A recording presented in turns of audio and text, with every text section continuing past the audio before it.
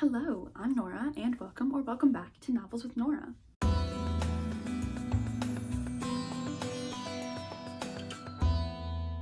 Today is going to be my very first monthly reading wrap-up. So this video should be coming out on February 1st, so how exciting, getting it up right at the start of the month. And today I will be going over all of the 10 books that I read in January, sharing some stats from those books, and then also talking about my February reading plans. So let's just dive right in and start talking about the 10 books that I read in January. So the first book I read this month was Abortion, Our Bodies, Their Lies, and the Truths We Use to Win by Jessica Valenti. I had a class in my second to last semester of college called Feminisms, and it had a reproductive justice focus, and we had to subscribe to Jessica Valenti's newsletter, Abortion Every Day, and I absolutely loved her writing and just the journalism that she's doing on the state of abortion in the United States. And this is a book that she wrote as a result of the research she was doing from that newsletter. And it's a hard read. It's nonfiction and it's about the state of abortion. So obviously, has some heavier topics, and it's definitely not an easy thing to read, but it's something that needs to be read, because until we fully understand what's happening and what is going to continue to happen, there's nothing we can do about it. So just keeping ourselves educated, that's why I wanted to read this, to make sure that I'm keeping up with what's happening, especially now that I'm out of school and not dealing with it day to day and discussing it in classes. So I really loved this. I struggled with how to rate nonfiction because it's real things that are happening, so I can't really judge it based on characters or plot or things that I normally would. But this was a 5-star read, easy. It's again so hard to read because you don't want to be hearing all this, but you kind of have to in a way. And Jessica Valenti is doing such incredible hard work, and she just deserves all the praise for what she's doing. So highly recommend this. After that, I read Natural Beauty by Ling Huang. This was a recommendation from Books and Lala, of course it was. This is about this woman who used to go to this conservatory for music. She was an incredible piano player, but then she doesn't do that anymore. And so she was looking for a job, and she gets a job at this incredibly high-end beauty and skincare store. But the way that they're making these products and what's in them, shady at best. And then she starts taking them and starts to notice changes in herself, and it's just very body horror-esque. And there's a lot of really great conversations about metamorphosis and changing and becoming something else and losing your cultural heritage through that, because there's a lot of really great quotes towards the end of the book where the author really talks about you carry your lineage down through you. She talks about, there was one quote in particular where she was I hoped one day I would laugh and I would hear my father's joy. Stunning, beautiful. I gave this one 3.75 out of 5 stars. I really liked it. It's a very short book, but it felt like it dragged a little at the beginning, and then at the end, the messaging was very heavy-handed, but I still really enjoyed this one. After that, I read the entire Testing trilogy by Joelle Charbonneau. This author wrote one of my favorite duologies, I guess, Dividing Eden and Eden Conquered. You can kind of see the little white one peeking out right there.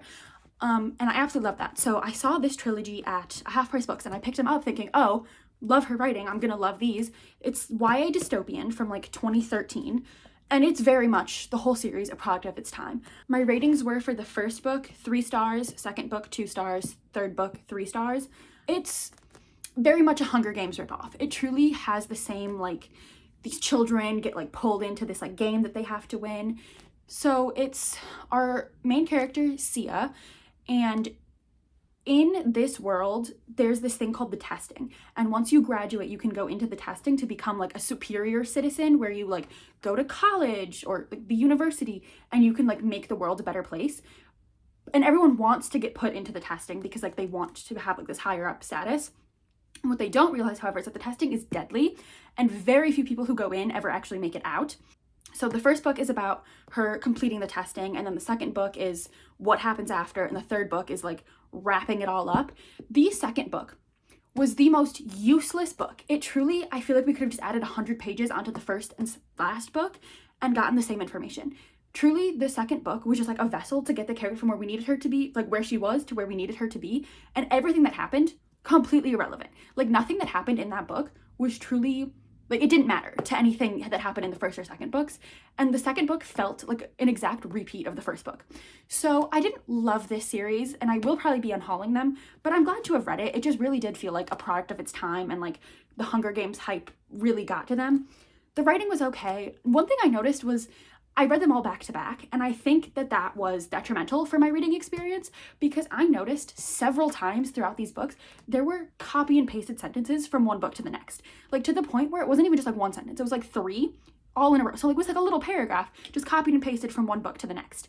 And I probably wouldn't have noticed if I read them like with something else in between, but because I read them back to back, it was very much like, okay, so why are we doing this? Like, it just really felt...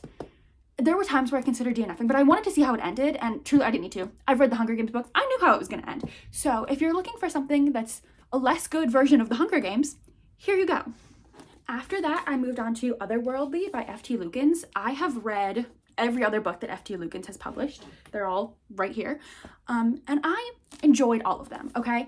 This one here is about this little town that has been in winter for 5 years, and it's like a bad winter. So like crops are failing, everything that like made this city is kind of just falling apart.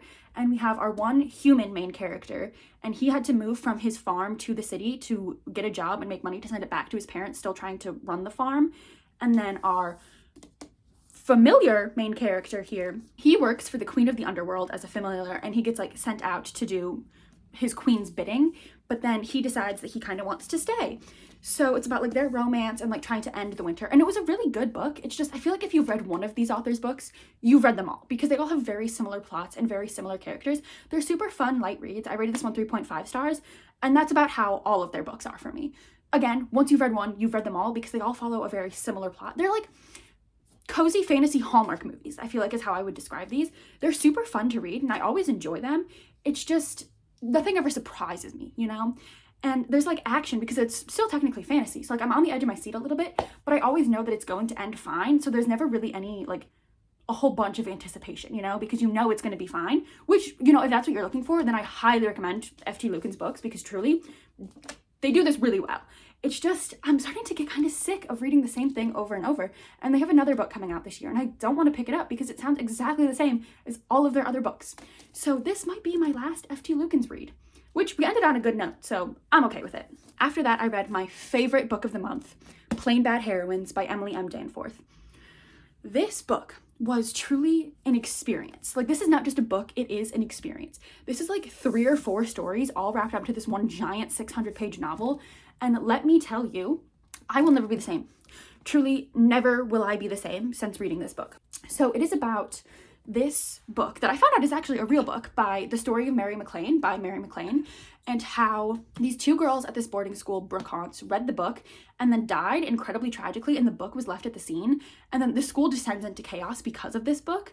So that's like one story that we're getting. And then we also have the perspective of the principal of that school and how she's involved in it. But then we also have an author of a book who wrote about the original deaths at the school and like everything that went on, and 2 actresses who are going to be playing the 2 girls who originally died in a movie remake of what happened. And so we're seeing like the behind the scenes of the production of that movie and everything that's going wrong there, but also just like the way that these narratives are so interwoven with each other. I really talk about this in depth in my weekly vlog that I posted last week, so if you want to know more about it, I talk a lot about it there. I could go on for hours about this book. This is the author of Miseducation of Cameron Post, which I haven't read but now want to read. This book truly just, I've had it sitting on my shelves for years and just was never drawn to it, I think because of how big it was, and like it just never really called to me.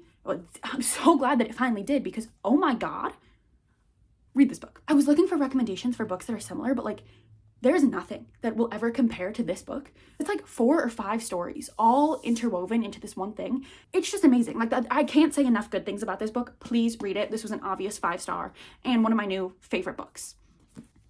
After that, I actually read 2 graphic novels, which is something new for me. I like graphic novels and I've read them in the past, but I never really feel myself gravitating towards them, especially because I never buy them, so I don't have them on my shelves. But another Books and Lala book recommendation, because of course, she had read Eat the Rich by Sarah Gailey. I'll put it up here. This is about this girl she's in this like serious relationship with this guy, and they're going back to like his family, like ancestral home for the summer because she wants to be like this big high-powered lawyer, and so she needs to like fit in with these people. And then she realizes that they're cannibals, and she gets pulled into it, and it's a graphic novel, so it's pretty short, but I really like the art style. The story was okay. I feel reading a graphic novel, the story is always going to be shorter than you want it to be, and there's going to be plot holes because that's just the nature of it. I decided that I'm not going to rate my graphic novels just because I feel like I can't. There's not enough content there for me to rate it. And like this one, if I were to rate it, would probably be like a 3-star, but it's not on the same level as like the novels that I read that are 3 stars.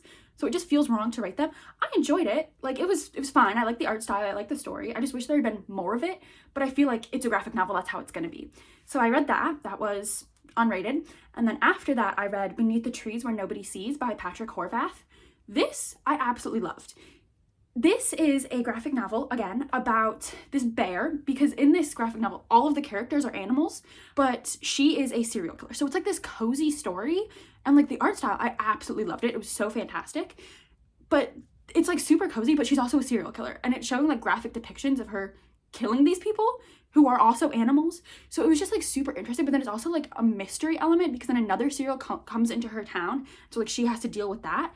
So it's like this super cozy story and like super cozy art style, but then also like serial killers. So super interesting. I really enjoyed that. This was this author's first work, and I absolutely love it. The art style alone has me considering buying a copy just because I loved it so much. There's one scene where the bear, our main character, she comes back from killing and she's like taking a bubble bath, and it's like the coziest scene ever, and I love it so much. It's just so like cutesy and then like gory and murder at the same time, and I really like that combination. It was actually super interesting. So really glad I picked that up. And then my final book of the year, which I actually just finished yesterday, was Sound the Gong by Joan He. Again, there is not enough good things I can say about this. Funny story about this book, actually. This is the sequel to Strike the Zither, and I bought this one first, okay, because I thought it was a standalone. How did I do that? The back says right here, praise for book 1 in this epic duology. How did I miss that when I was buying it? I bought this book in person. I picked it up, I read the synopsis, I looked at it, and I said, yeah, I'm gonna read that. How did I do that? Anyway, so I read Strike the Zither last year, and like towards the end of the year, and it was a 4-star, really enjoyed it. It is about a war strategist. So in this world, there are 3 lordesses, all vying for like control of the empress.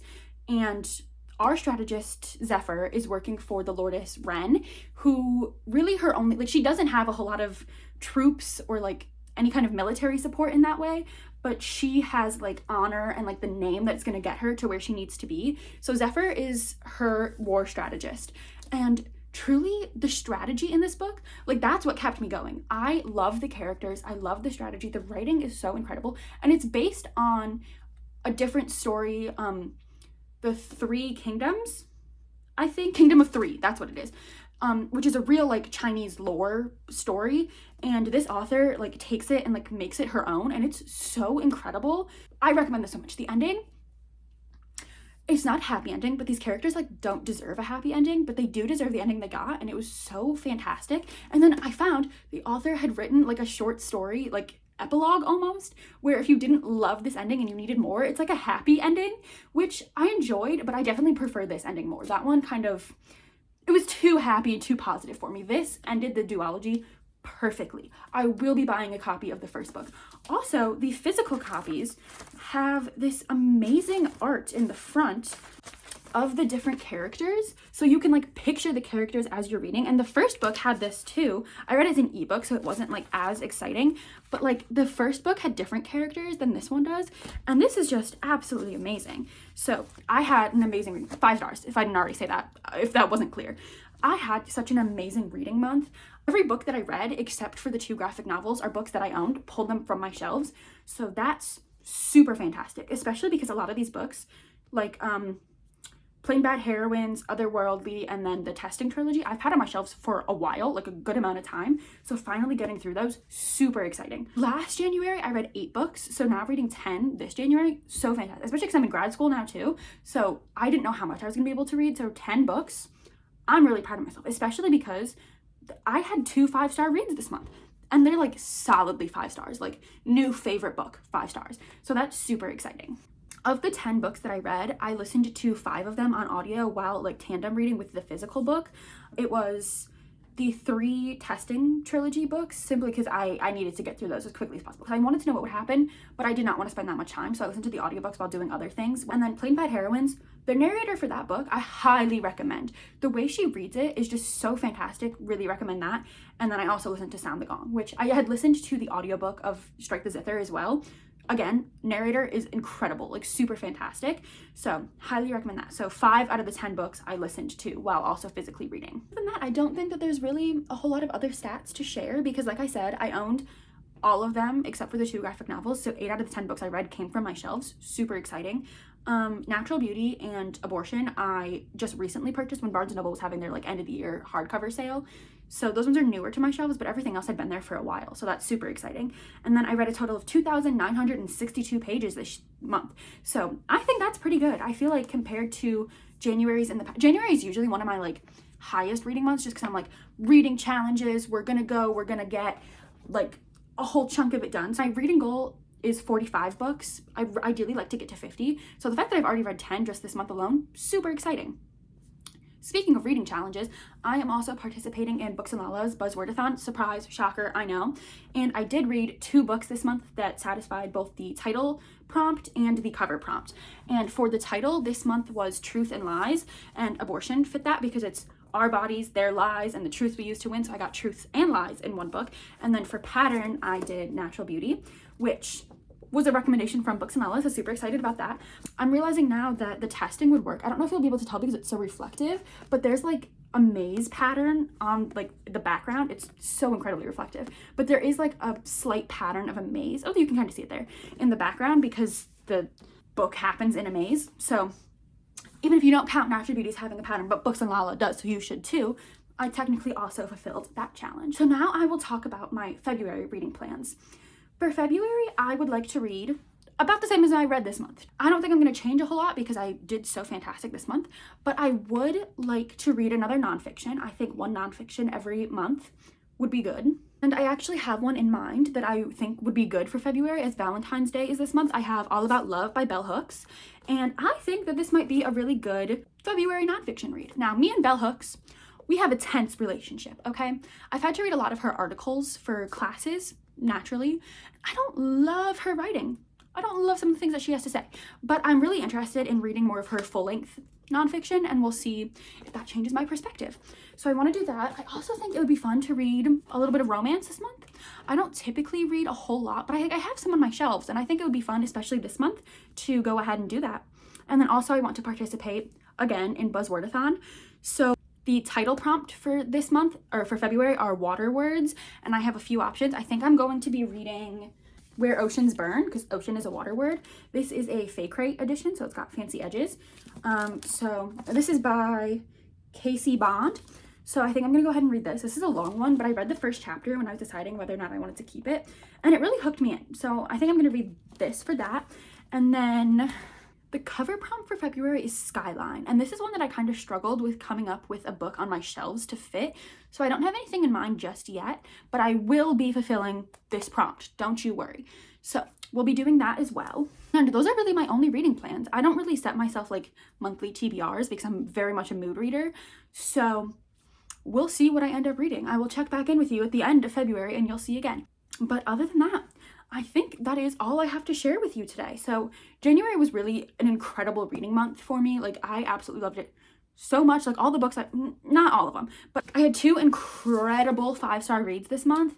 So everything else falls to the wayside. These so incredibly amazing. So if you take anything from this video, pick those books up and then tell me if you liked them, because I know you're going to. Okay, so that is my January reading wrap up, and I will catch you again soon. Okay, if you like this video, feel free to give it a thumbs up. Oh, I know, getting crazy with it. Give it a thumbs up. Subscribe even if you like me. I will take it personally. No, I'm kidding. But if you like this video, go ahead and give it a thumbs up and subscribe if you want to see more from me. So I will see you next time. Thanks for watching. Bye.